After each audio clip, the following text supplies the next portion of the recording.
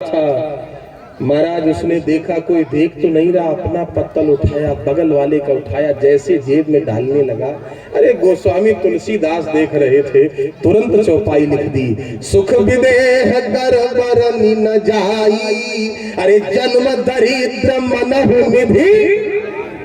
ऐसा लगता जन्म के कंगाल को निधि मिल गई। जगदम्बा जाओ तरी सो पुरवरन की जाए। अयोध्या के बारातियों को भी जूठे पत्तलों की लालसा लगवा दी। वो जनकपुर है महाराज, कोई सामान्य नगरी नहीं है। आज भी आप जनकपुर जाइए, आपसे मैं निवेदन करूं, अगहन शुक्ल पंचमी के दिन जिस समय श्री सीताराम जी की बारात निकलती है और विदाई होती है प्यारे, मैंने आंखों से देखा हजारों की भीड़ में पूरा जनकपुर रो पड़ता है। अक्सर संचालक जी शायद पहले चर्चा करते थे, मुझे याद आ रहा है पूज्य श्री मामा जी की, नारायण दास भक्त। बिहार प्रदेश में बक्सर जिले में एक ऐसे महात्मा हुए, श्री नारायण दास भक्तमाली मामा जी उनका नाम था। वो सीता जी को बहन और राम जी को बहनोई मानते थे। और महाराज, जहां तक इस ब्राह्मण की अल्प बुद्धि की बात है तो मैं तो दावे के साथ कह रहा हूं, एक बार नहीं 100 बार उन्होंने अपनी जागती आंखों से सीता जी का साक्षात दर्शन किया था। साक्षात मामा जी, हम पूरा संत समाज उनको इसलिए कहा करता था कि वो सीता जी को बहन, राम जी को बहनोई मानते थे, और हम सभी लोग सीता राम जी की संतान है इसलिए उनको मामा कहते थे। आपसे मैं निवेदन करूं, मुरारी बापू जैसे महापुरुष आए, पहली बार जब कथा कहने मामा जी के हैं, तो जब विदाई होने लगी तो मामा जी ने कहा बापू अगले साल फिर आना। बापू जी ने कहा मेरे पास व्यस्तता बहुत है, अगले साल आ पाऊं ना पाऊं कोई पता नहीं। मामा जी ने एक बात कह दी, मुरारी बापू रो पड़े। मामा जी ने कहा मैं जानता हूं आप उद्योगपतियों के व्यास हो, मुझ फकीर के पास क्या रखा है। बापू मैं तो सिर्फ इसलिए कह रहा हूं कि अगले साल फिर आना, कि मेरी एक बहन है जिसका नाम सीता है, अगर कहीं मैं मर जाऊं तो मेरी उस बहन से राखी बंधवाने के लिए आ जाना, बस इतना ही। जब 6 महीने गुजर गए, जनक जी ने आदेश नहीं दिया, तो आज वशिष्ठ जी ने कहा राम शाम के समय कहा कल विदा मांगने तुम जाओ। अगले दिन चारों भाई कमला नदी में स्नान करने के बाद सुनैना जी के पास पहुंचे। राम विदा मांगत कर जोरी,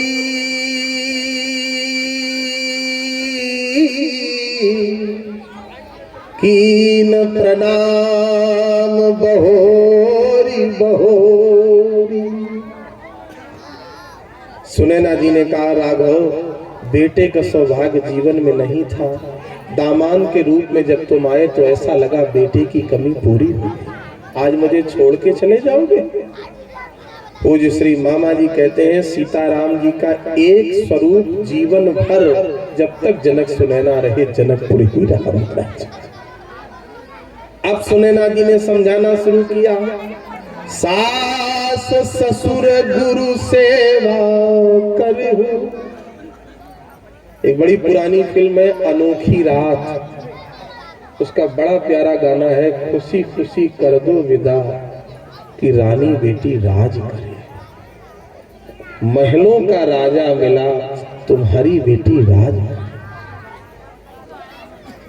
सास ससुर गुरु सेवा करहु, पति रुख लखी आयस अनुसर।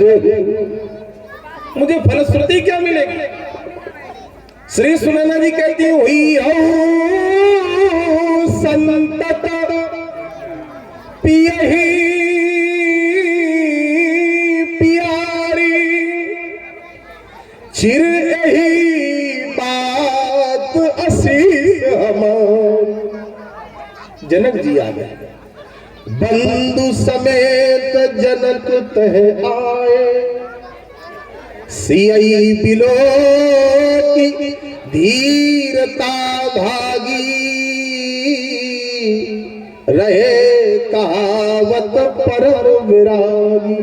क्षमा के साथ एक बात कह रहा हूं, बहुत से ऐसे लोगों को हम लोगों ने देखा जो अपने इकलौते बेटे की मौत पर भी नहीं रोए। हृदय पर पत्थर रख लिया।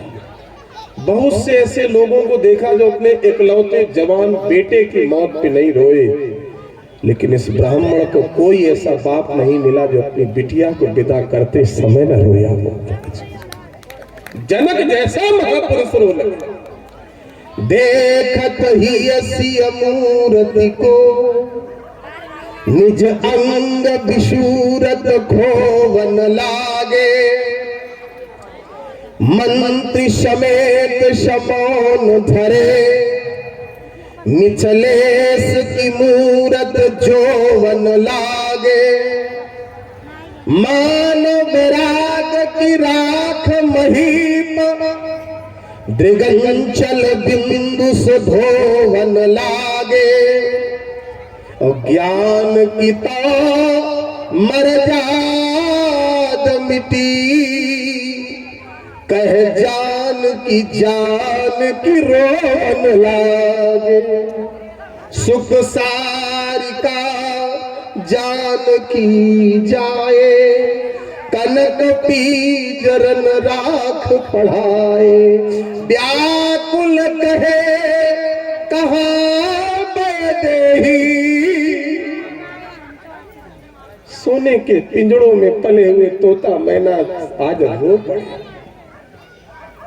आपसे मैं निवेदन करूं, जिस समय जानकी जी की विदाई हुई पूरा जनकपुर रो पड़ा। डोली में बैठकर जानकी जी चल पड़ी। बारात आज जनकपुर में महाराज कमला नदी को पार कर रही है। कमला नदी की गरम गरम रेती को जब पार करने लगी, ध्यान से देखा श्री सुमंत जी ने श्री जनक जी पागलों की तरह पीछे दौड़े हुए चले आ रहे। सुमंत जी महाराज ने रथ रुकवा दिया। दशरथ जी से कहा, महाराज आपके समधी राजा दौड़े हुए चले जा रहे। ध्यान से देखा, जनक जी आ रहे। राव बहोरी उतरी भय ठाढ़े, प्रेम प्रवाह बिलोचन बाढ़े। दशरथ जी ने कहा, जनक जी महाराज क्यों दौड़ रहे हो? जनक जी ने कहा, मेरी बेटी सीता पालकी के आंचल को, पल्लू को हटा के, कपड़े को हटा के मेरी तरफ देख कर कह रही, पिताजी आज आपकी गोद छूट रही है, अब क्या हो? हम लोग रिश्ते से समधी हैं, मेरी इच्छा है महाराज इस रिश्ते को बदल लो। जनक जी ने कहा, दशरथ जी ने कहा कैसे बदलने? जनक जी ने कहा, एक काम करो, मैं सीता का पिता हूँ, आप राम के पिता हो, आज के बाद आप सीता के पिता बन जाओ, मैं राम का पिता बन जाऊं। कमला नदी के जल को अंजलि में लेके रघुवंशी क्षत्रिय नरेश श्री दशरथ जी ने कहा, जनक मैं वचन दे रहा हूँ, सीता को बहू नहीं बेटी बना के लिए जा रहा हूँ। और ये रघुवंशियों का वचन है जनक, जिस दिन सीता के जीवन में सुखों पर आँच आएगी, ये दशरथ प्राण छोड़ देगा, अपना मुख नहीं दिखाएगा। मर गए लेकिन जनक को मुख नहीं दे। मैं सीता के स्वरूप को नहीं देख पा रहा हूं। आपसे मैं निवेदन करूं, वाल्मीकि रामायण में जिस समय कुटिला कैकेयी ने सीता के राजसी वस्तु उतार के कमर में मृगछाला बांधी, दशरथ रो पड़े।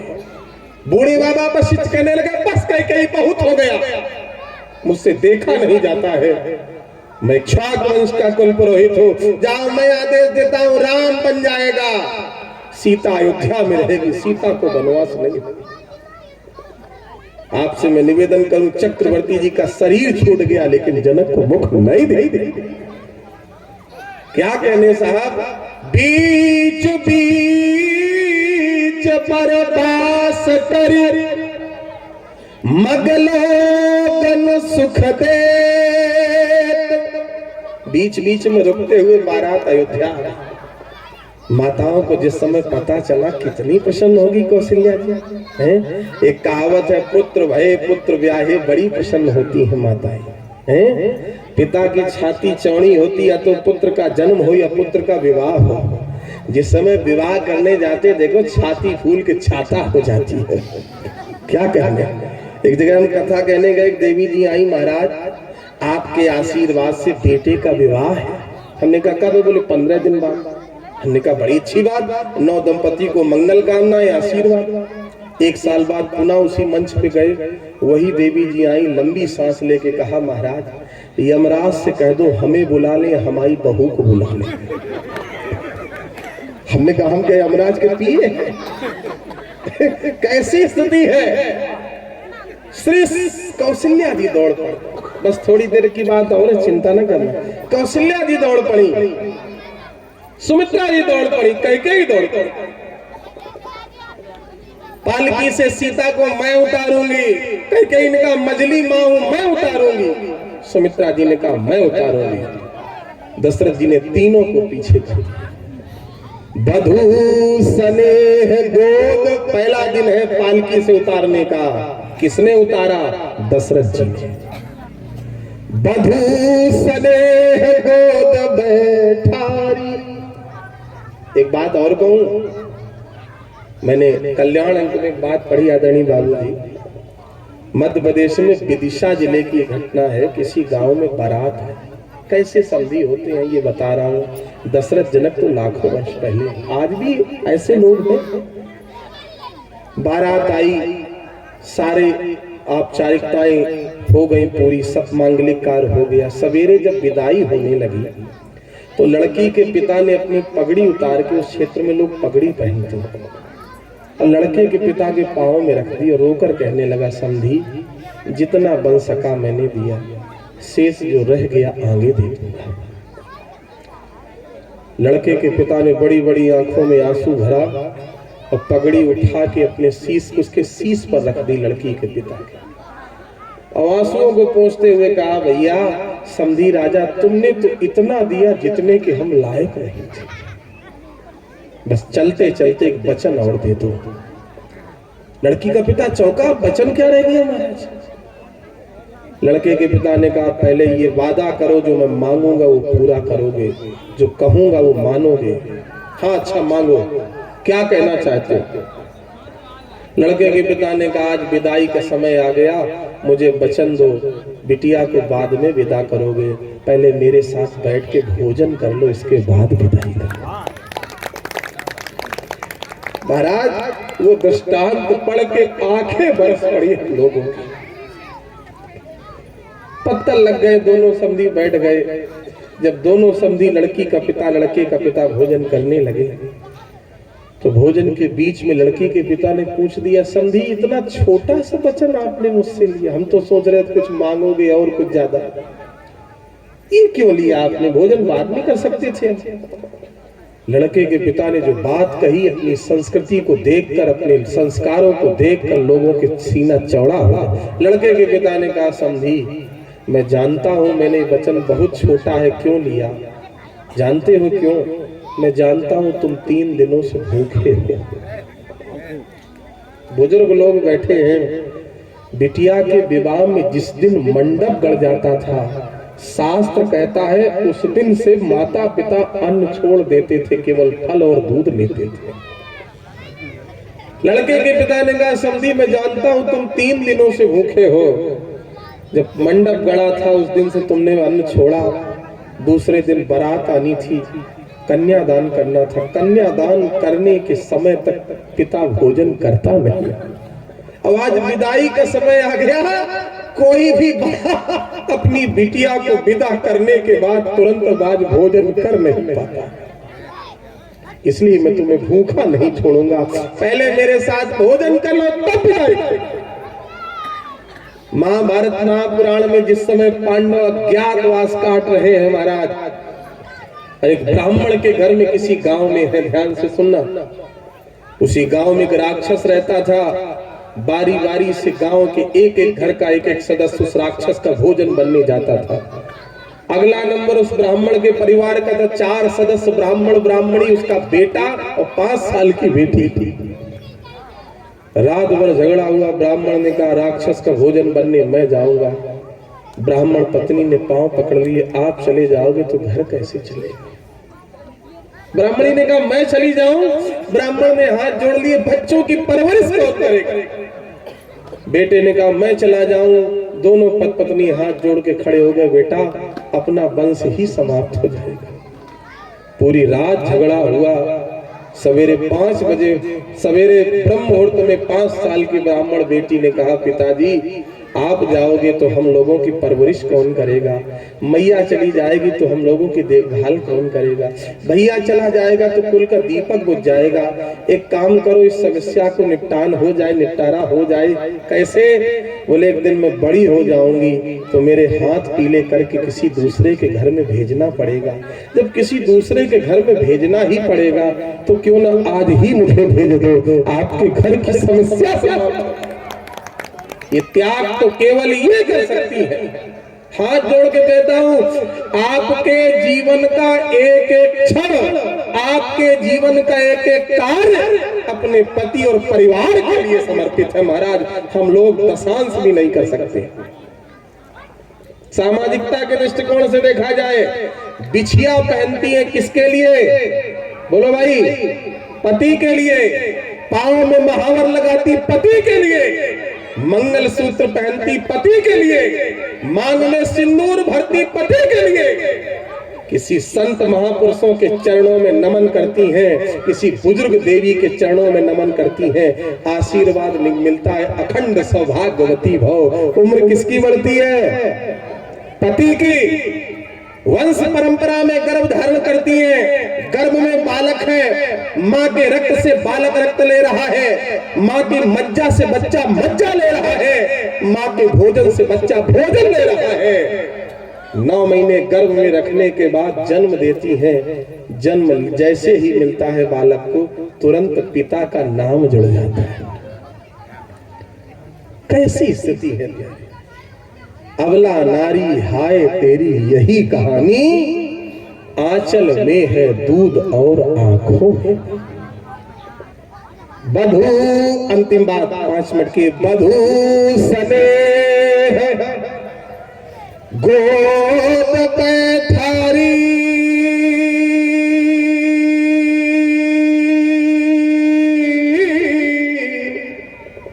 बार बार ही हरस दुलारी, बहुविध भूप भाट जिमि बरनी। क्या गजब लिखा गोस्वामी जी ने।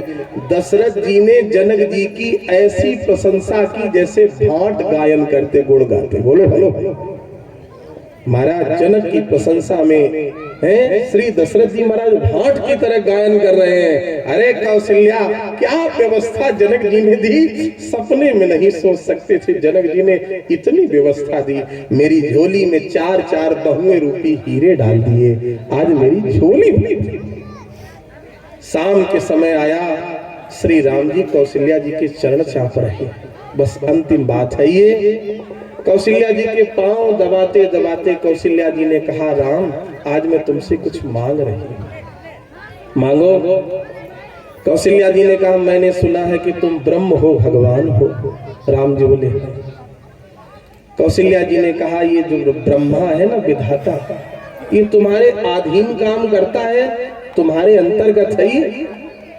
राम जी बोले, हाँ ब्रह्मा वही काम करता जो मैं कहता। बूढ़ी कौशल्या जी ने कहा, राघव इस ब्रह्मा से कह दो मेरी माँ ने कहा है, एक काम कर दे। क्या? जे दिन गए तुम ही बिनु देखे। राम, इस बूढ़ी माँ ने तुम्हें देखे बिना जो दिन बिताए हैं, वो दिन मेरी उम्र में ब्रह्मा नाच। जे दिन गए तुम ही बिनु देखे, ते बिरंच जन पा रही लेखे। आपसे मैं निवेदन करूं, बड़े मंगल उत्सव मनाए गए। मैंने भी सोचा, आदरणीय संचालक जी का आदेश है कि आज विवाह की कथा हो, तो हमने भी सोचा चूल्हा गर्म है, अलग से क्यों चूल्हा जलाया जाए। उसी जलते हुए चूल्हे में गर्म तवा में हम भी 2 रोटियां सेके। क्यों भाई? शेष चर्चा कल सभी लोग समय से आ जाएं। श्री राम जय राम, जय जय राम। श्री राम जय राम, जय जय राम। श्री राम जय राम, श्री राम जय जय राम। धन यौवन सब जाएगा जैसे उड़त कपूर, नारायण भगवान भज क्यों चाटे जग धूर। सत्य वचन अरु दीनता पर प्रिय मातु समान, इतने पर प्रभु ना मिले तो तुलसीदास जमा। कुछ भी नहीं है तेरा, कुछ भी नहीं है मेरा। हम लोग तेरा और मेरा के चक्कर में पड़े रहते भैया। कुछ भी नहीं है तेरा, कुछ भी नहीं है मेरा। कहते हैं जिसको दुनिया 2 दिन का है बसेरा। छोड़ेगा कोई हंसकर, कोई उदास होगा। 2 गज का एक टुकड़ा अपना लिबास होगा। कोई हंस के राम राम कहते हुए प्राण छोड़ता, कोई रोकर प्राण छोड़ता। प्यारे, कहना नहीं चाहिए महाराज, भारत के प्रसिद्ध उद्योगपतियों की लिस्ट में उनका नाम था, और जब प्राण निकले तो न पत्नी आई न बेटे आए। बोलो भाई, निराला जी जान गए, सब लोग जान गए होंगे। अभी कुछ दिन पहले बंबई में उनके प्राण निकले, प्रसिद्ध उद्योगपति हैं देश के। जब प्राण निकले, स्वयं उनका नाम ही ऐसा है कि दूसरे को वो मदद करे, सहारा, लेकिन स्वयं बेसहारा हो गए। अंत में कोई नहीं आया। छोड़े, इसलिए ध्यान से सुने, छोड़ेगा कोई हंसकर, कोई उदास होगा। 2 गज का एक टुकड़ा अपना लिबास होगा। उसी कफन में हम लपेट दिए। जिंदगी भर ब्रांडेड कपड़े पहनने वालों, कफन का कोई ब्रांड नहीं होता। कफन का कोई ब्रांड नहीं होता। हमारी घड़ी पेरिस की है, आपकी घड़ी लंदन की है, किसी घड़ी स्विट्जरलैंड की है, लेकिन एक बात कहूं, मौत की घड़ी का कोई टाइम नहीं होता। एक बात और ध्यान से सुनने, कितना भी पैसा रुपया हम आप जोड़ ले, जब ऊपर जाओगे तो कफन में जेब नहीं होगी। छोड़ेगा कोई हंसकर, कोई उदास होगा। 2 गज का एक टुकड़ा अपना लिबास होगा। जाएंगे जब यहाँ से अपने उठा के डेरे, भव सिंधु के सगर में जाएंगे सब ये घेरे। इसीलिए जब किसी का शरीर छूटता है ना, तो आप लोग बुजुर्ग लोग जानते होंगे, अंत समय में उसी कफन से कपड़े को फाड़ के उसकी लंगोटी बनाई जाती है कि यार अब तो लंगोटी लगा ले, गंगा जी के तट पर जा रहा है, अब तो संन्यास स्वीकार कर। जाएंगे जब यहाँ से अपने उठा के डेरे, भव सिंधु के समर में जाएंगे सब ये घेरे। और जानते हो उस समंदर के उस पार कौन जाएगा? कोई कामदास होगा, कोई दामदास होगा, केवल वही तरेगा जो रामदास हो। धर्म की अधर्म का, प्राणियों में विश्व का, गौ माता की। कल भगवान के राज्याभिषेक की कथा कहूंगा, आप लोग ज्यादा से ज्यादा संख्या में आए। निराला जी हमसे मिलके हुए जाना। कल एक मेरा निवेदन है समिति के लोगों से, भारत भैया तो हर समय रहते हैं, राहुल जी कल आए थे, आज मुझे नहीं दिखाई दिया, शायद नहीं आ बैठे। अच्छा पीछे बैठे, मैंने देख नहीं पाया। आगे मुझे कहीं से सब लोग श्री